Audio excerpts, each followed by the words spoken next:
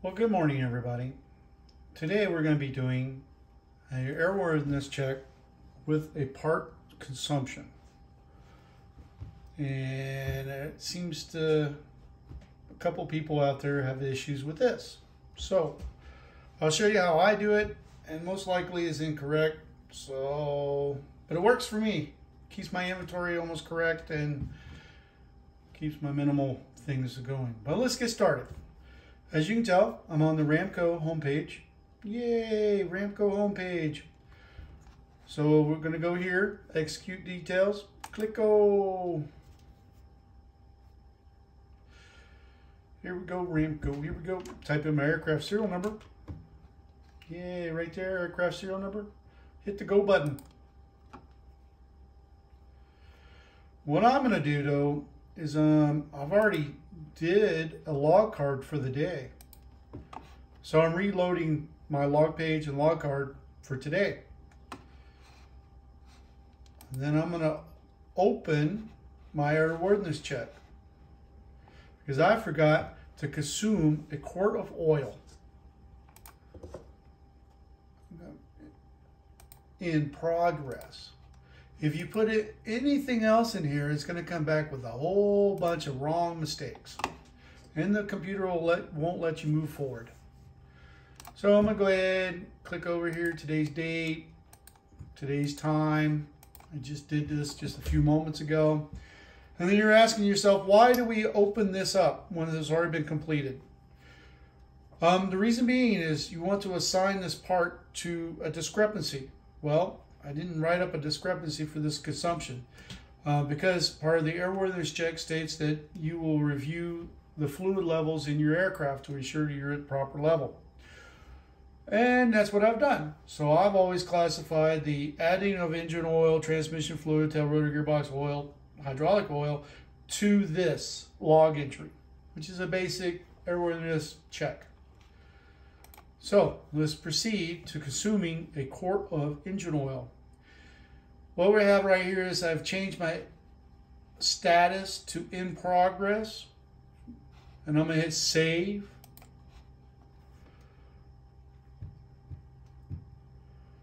You want the discrepancy to be open when you go and assign or consume any part. Sometimes it will let you do it, sometimes it will not, with it being in completed status. I found that it's best just to make sure it's open and we can move forward.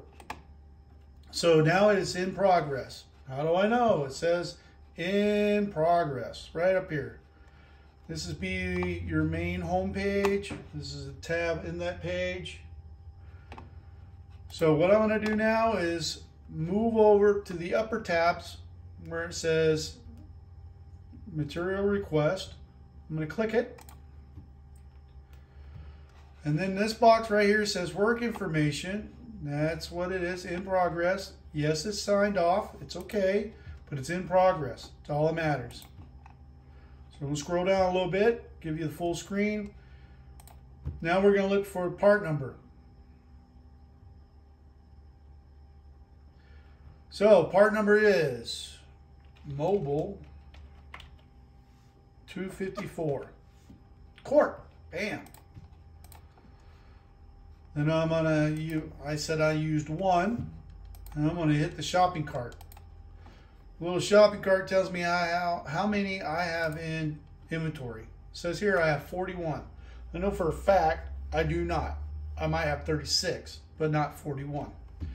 But right now, we'll worry about that later. I'll correct that when I get with the other guy so he understands what's going on. So now we hit save. Okay, that was done right. Yay! Now we need an MR number. Why didn't the MR number pop up? Because I have to hit this button, confirm. Yay! Oh, but it's still not usable. I have one more step to do in this process. Here we go. This is called a maintenance issue. What it was is I created a maintenance request, confirmed that I wanted a maintenance request. Now I have a maintenance issue. So that way I can put it on my aircraft. So this will be pulling it, the final step to pull it out of my inventory. I will now click that. It will disappear. It will disappear. All right, let's see the chant. Here we go, RAMCO. Here we go. Here we go, RAMCO. Here we go. Oh, wow. Here we go, RAMCO. Here we go. Come on, RAMCO. You can do it. Sweet. Now we're going to hit close. All right, I'm going to hit this button here to exit the screen. This button, when you're in RAMCO, anything you want to do, move forward or backwards, you want to use these. If you hit this button right here, where the little arrow is on your browser, it will shut you down and go back to the very beginning of Google life. And then you'll have to start this process all over again. But no problem. That's normally where you start pulling your hair out. Here we go. We're going to hit go back. Click O. Now, I've now consumed this part. This is a expendable item, like a light bulb. Anything that's non-repairable, it's consumed. You can go here and click this one, and you can do the exact same thing I just did with less effort, I think. If you're doing large quantities of consuming and returning, this is where you would want to do. Well, go ahead and click it anyways. This screen right here, so you want to do a direct consumption. Let's say you're doing multiple,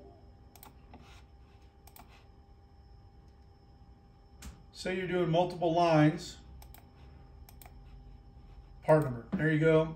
Let's say you're changing all the O-rings in the world. This is where they would be. You start listing all the O-rings, what warehouse they came out of, the status of those, what documentation your executive run right here, task. And then you go down here and record consumption. And look, these I've already highlighted confirm consumption. For me, this is hit and miss. What I'll do is I'll print out the instructions for this and make a separate video on it. Because if you don't follow it precisely, it will not work. So, but today we're doing a very simple thing. We're consuming 1 quart of oil. It is not a returnable item, no core. So I don't have to go to component replacement and fill out all this information and put it in a process warehouse waiting for an RO, because it's non-returnable. It's just empty the canister, dispose of according to your local methods, and away you are. Going back to the maintenance request. Oh no, it disappeared. Not a problem. Click it here. Reopens up. That's issue and consumed. This is how I know it's done. See, it says right here, closed. There's my MR number. If you do not go in here and click confirm issue, at the end of the month you'll get a report that says all these MIs need to be closed out and confirmed. And a lot of other people will start yelling at you. What you do there is you go through each one, figure out where it came from, and you confirm it. It's just easier to go ahead, step by step, simple, keep it as real time as possible from when you did this. All right, so we did that, got it closed, we consumed it, go back to work information where I had opened it up before. I will now hit complete and save.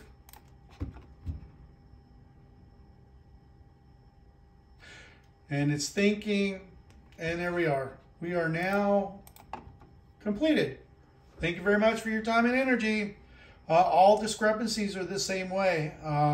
You just, when you're in there doing a part number that has a serial number, you want to verify the part number, the new part and serial number before assigning it to the log card. What's going to happen there is if you do that by accident, you're going to have to contact part admin, and part admin will walk you through how to correct it. To avoid that, just always make sure your paperwork is correct. Thank you very much. Have a lovely day.